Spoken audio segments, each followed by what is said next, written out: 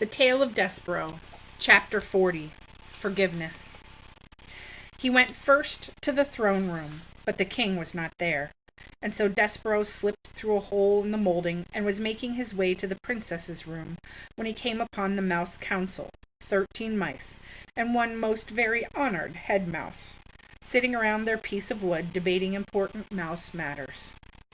Despereaux stopped and stood very still. "Fellow honored mice," said the most very honored head mouse, and then he looked up from the makeshift table and saw Despereaux. "Despereaux?"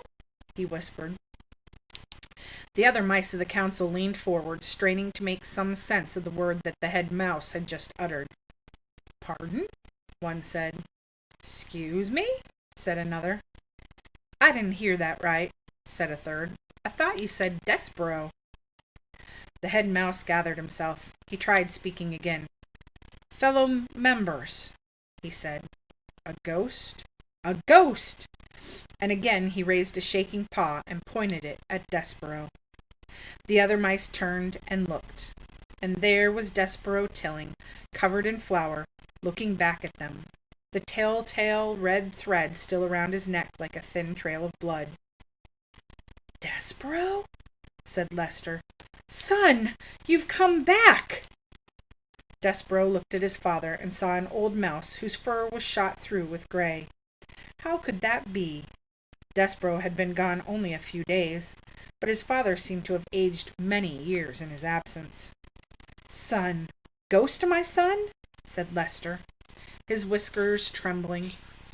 "I dream about you every night. I dream about beating the drum that sent you to death. I was wrong. What I did was wrong." "No!" called the most very honored head mouse. "No!" "I've destroyed it," said Lester. "I've destroyed the drum. Will you forgive me, son?"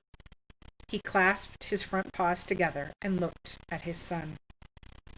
"No!" shouted the head mouse again. "No! Do not ask the ghost to forgive you, Lester. You did as you should. You did what was best for the mouse community." Lester ignored the head mouse. "Son," he said, "please."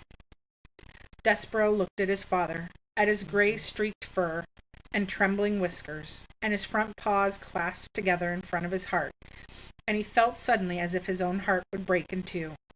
His father looked so small and so sad. "Forgive me, son," said Lester again.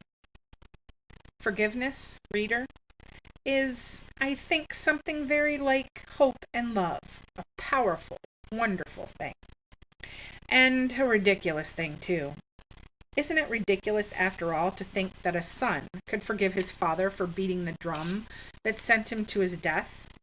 Isn't it ridiculous to think that a mouse could ever forgive anyone for such perfidy? But still, here are the words Despereaux Tilling spoke to his father. He said, "I forgive you, Pa." And he said those words because he sensed that it was the only way to save his own heart, to stop it from breaking in two. Despereaux, reader, spoke those words to save himself. And then he turned from his father and spoke to the whole mouse council. "You were wrong," he said. "All of you. You asked me to renounce my sins. I ask you to renounce yours. You wronged me. Repent." "Never," said the head mouse. Despereaux stood before the mouse council, and he realized that he was a different mouse, that he'd been different than the last time he faced them. He'd been to the dungeon and back up out of it. He knew things that they would never know. What they thought of him, he realized, did not matter. Not at all. And so, without saying another word, Despereaux turned and left the room. After he was gone, the head mouse slapped his trembling paw on the table. "Mice of the council," he said, "we have been paid a visit by a ghost who has told us to repent. We will now take a vote. All in favor of saying that this visit did not occur, vote aye." And from the members of the mouse council there came a tiny but emphatic chorus of ayes. Only one mouse said nothing. That mouse was Despereaux's father, Lester Tilling. Lester had turned his head away from the other members of the mouse council. He was trying to hide his tears. He was crying, reader. because he had been forgiven.